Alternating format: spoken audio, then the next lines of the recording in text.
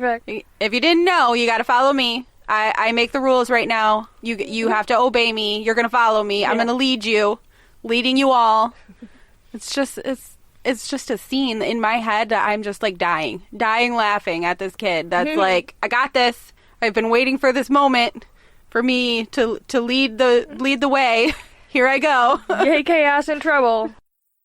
Ron says trolls are like fucking dumb, but he also says that maybe Peeves let one in as a Halloween prank, which made me wonder, like, do trolls just like wander around? Are they just not a weird thing to see? Because nobody is like, oh my god, a fucking troll. They're like, oh, there's one in the building, but I've never fucking heard of a troll being in this area, or like, you know what I mean? It sounds like they have a protocol. For trolls. For a troll being in the castle. They send the kids to the dorm, and maybe that's just like panic control.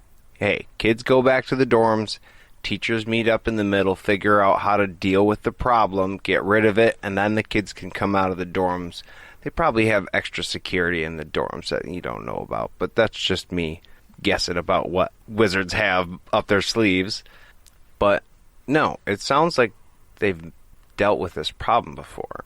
But what stuck out to me was it's not an easy thing to take care of, because that's a whole school full of, like, wizards. Shouldn't Dumbledore, or, like, any one of the teachers, or Quirrell for that matter, like I was saying, just... Flick and swish? Yeah, flick and swish, baby. Whip out your wand and fuck up that troll. Yeah. And nobody does it. Like, it must be either indicative of the limits of a wizard's power, or that the troll might be big and dumb, but it's fucking tough. And apparently they can't find it easily in the castle for some reason. Which is my next point. The Slytherins, they go down towards the dungeons to go to their dorm. Whatever. Harry and Ron see Snape going up towards the 3rd floor. And so they're like, well, okay, let's go follow him. So they go up, and then they run into the troll. So where did Quirrell really come from? Because the troll wasn't in the dungeon. It was up towards the 3rd floor. Right. And I don't know why Snape's going to the 3rd floor, but he was going towards the troll like he knew. There's fuckery about. Yeah. That, or the other option is Rowling. She just got confused as to how her castle is laid out and started saying, oh, so-and-so was coming from this side, and just lost it a little bit. Because it didn't really make sense where everything was taking place to me. Yeah. That actually leads into my next point. The boys take off to find Hermione, and they're like, oh shit, she's in the bathroom. Let's go find her. She's in the girls' bathroom. This is a whole fucking castle with how many there's more than one girls' bathroom. And they just take off towards any one of them and magically find her. They happen to lock the troll. They run into the troll, and they lock it into the girl's bathroom that she's in. Like, that just random coincidence. Right. And then they feel shitty. I thought it was funny as fuck that Harry's like, well, we gotta do something about it. And Ron was like, yeah, right behind you, buddy. And then just kind of bunkered down and waited for Harry to jump on the door, slam it shut, and lock that fucker in there. But Ron didn't take one step near that troll. He was there with his friend. He was there as a buddy. Morally supporting that friend that's gonna do that. Right. Right behind him. And then they have that, like, they have that oh shit moment. That, like, pit of the stomach feeling. When they heard the scream. Yeah. Oh. Fuck. Right. Our moment of triumph just disintegrated. If there was one way for that situation to get worse, that was it. Damn it. We were out clean. We locked it in a room. We can go tell the teacher we're good. No need to fuck with a troll today. The chances of them, out of all the rooms in that castle, locking that troll in the one room that a kid was in other than the dormitory, pretty slim. Next to nothing. And now they realize that they have to kind of save her. And they immediately are like, throw shit at it. Yep. That's what we need to do. But the troll doesn't notice that they're throwing shit at it at all. It only registers the noise that they're making. I feel like it takes him a lot longer than it took me to realize, like, just yell. You don't need to waste your time. Its hearing has to be, like, super sensitive because it's very upset that they're making so much fucking noise. After the troll goes after Harry, Ron tries to get his attention, and the troll starts going after Ron. Harry saved Ron by jumping onto the troll's back, Riding that troll like a bull. and then stuffed his wand up his nose. And Hermione's just standing there like she saw the ring 7 days ago Oh, she's froze. with her silent scream going on. She knows a lot. She just doesn't know how to do shit.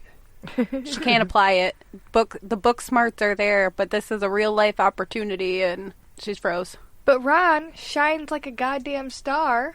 Guardium Leviosa-ing it up. I thought it was really interesting that he used the spell that Hermione was being a bitch about. But it totally saved his ass. So, she's snooty, but it did save him. And, super luckily, didn't whack Harry or cause the troll to fall backwards onto him or Hermione. That was luck. Yeah. That had nothing to do with skill. You That- fucking flung that bitch up in the air. That it was smashed super its head. skillfully. All part of the plan. With his wand. It's obvious that Ron's wand is a piece of shit. So It's not his. well, no, exactly. It's not his wand. It's a used wand. So it works for Ron when he was really, really desperate for it to work. Ron really needed his wand to work to save his friends, or at least Harry and the other girl. But he still wanted to save her. And then the wand worked. But any other time you see Ron so far in the book using his wand, it's not working. Not so well. Yeah. Right, like he gets sparks, but he doesn't ever really fully get to do what he's supposed to do. This is the first time it ever works. And he's like panic and desperately trying to save somebody. And I think maybe that has something to do with how his wand is affected by not being his wand. It's never going to work right, but if he really, really needs it to, you can Pull something out of it. yeah, you can will it to do your fucking bidding. I think it kind of showed that Ron does actually care. Even if he's trying to be cool, trying to be mean to Hermione, he's there. Those are his friends. He cares. He doesn't want anybody to get hurt. And that's why he's in Gryffindor. That's right. That's like so deep. Right? Man. I'm just like, whoa. And then they ask, so is it Hermione questions if the troll's dead or not, and Harry's like, nah, it's just passed out because he's fucking Harry Potter troll MD now. He can just tell you what's going on just by looking at it. No, it's fine. I'm guessing they're looking at it from the other side of the room, too. Right. Like, he pulls his wand out of the thing's nose, and then I kind of picture everybody hopping to the other side of the room like, dude, is it dead? Do we poke it? What do we do? No, it's good. Real quick, I had glue that was called Troll Bogers, and it had Harry and the troll on the top, like on the tip of it, and it was the coolest thing ever. The merchandise that came out with that first movie was the best shit ever. It was gray, like they were disgusting. It was disgusting glue because it looked like troll burgers. I did not even know that was a thing. It totally was, and I loved it. It was my favorite school supply I ever got. So, little tidbit about my life. You're welcome. I'm a little jealous.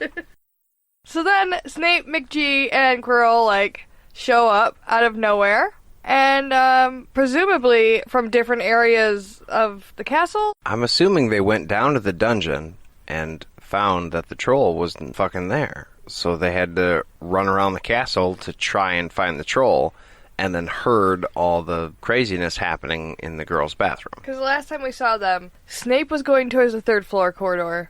Quirrell was passed out, and McG was, like, probably hurting children. Yes, or, making her way to the dungeon with the Right. other two. We don't know Right. for sure 100%, but yeah. But they weren't all together, presumably. No, because- and now they are. They come, blaring in. More than likely, to me, they probably did from, like, all different ways. Like, they're all running to that same, like, noisy spot.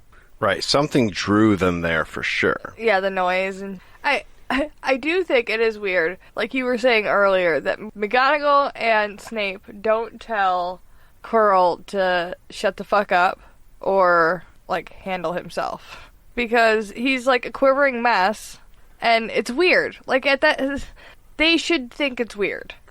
They should. That's that dude's job. And when he comes in the room, he sees the troll. He's already been taken care of, like, whimpers, and has to sit down on one of the toilets.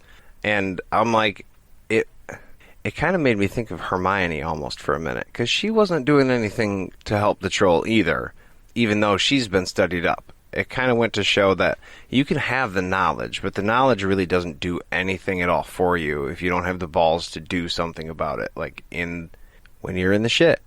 Right. And Right. Hermione, she meant well. I mean, obviously, it kind of took her by surprise, but this Quirrell guy, I don't know, something ain't right there. That's his job. Well, especially And he's terrified all the time. especially to run to danger and then whine about it. Like, you don't run into a fire and then cry about it. Right. What did you think was going to be in that room, buddy? Right. If you go in there, you're going in there to like, help people and get them out or to solve a problem. You don't... you don't freak out like that. Right. And what kills me in this part as well is then McG is all, like, furious with them. Not concerned for their lives or safety or, they were attacked by a troll. Why are you here? What did you do? How is this your fault? I love the detail that Ron is standing there with his Rhonda the whole time. Just ready to go. And Harry just wishes he would put it down because he's making it so much worse by keeping it up. I like that part because it's made even funnier by the fact that he does eventually put it down when Hermione drops the big one. She lies. Apparently spending the day alone crying and then almost dying shakes Hermione out of her know-it-all assholeness. Right. And so she finally, she lies for the boys. This is a big moment for her. And not only lies for them, but gets herself in trouble to get them out of trouble. Like, it's like layered. Oh, she's taking one for the team. Yeah. Hardcore. And she loses points. Yeah. But She- gains them with Ron and Harry. Ah. I think Hermione started to figure out... Yeah, she liked that. This is going to last a minute, folks. No. No, that's fine. We're good. I got it. I can collect myself. We're fine. I think Hermione figured out that people don't want her information. Harry and Ron may not have been her biggest fans, but they wouldn't let, like, a troll just kill her. They did come back for her. They do care. And so I think that was just enough for her to be like, well, okay, play by their rules, covered for them, and instantly gets respect from Harry and Ron. Yeah. And I think that means a lot. And so she was willing to do that. Like, she sacrificed house points. That was one of her worst fears. And she's like, oh, okay. You just got to be cool with people, and they'll be cool with you. You don't have to shove information and facts into their face all the time. I do think it's funny, too, how the teachers, though, immediately, like, believe that she was ballsy enough to go after that troll. Like, without hesitation. They're like, oh, yeah. Yeah. That's believable. Yeah, for Yep. sure you tried to do that. Even they have that know-it-all opinion about her. Yeah. It's 2 months in, and they're like, oh, yeah, we got you pegged. And then they all get back, and they say a quick thanks, and from there on, I love that they just drop all the other bullshit from before this. It's never even mentioned again. Very sweet little moment. Yeah. You can't go through something like knocking out a 12-foot mountain troll and not be friends. And it's cute. I really liked that part. Yeah. I really think there's a lot more mischief these three are going to get into.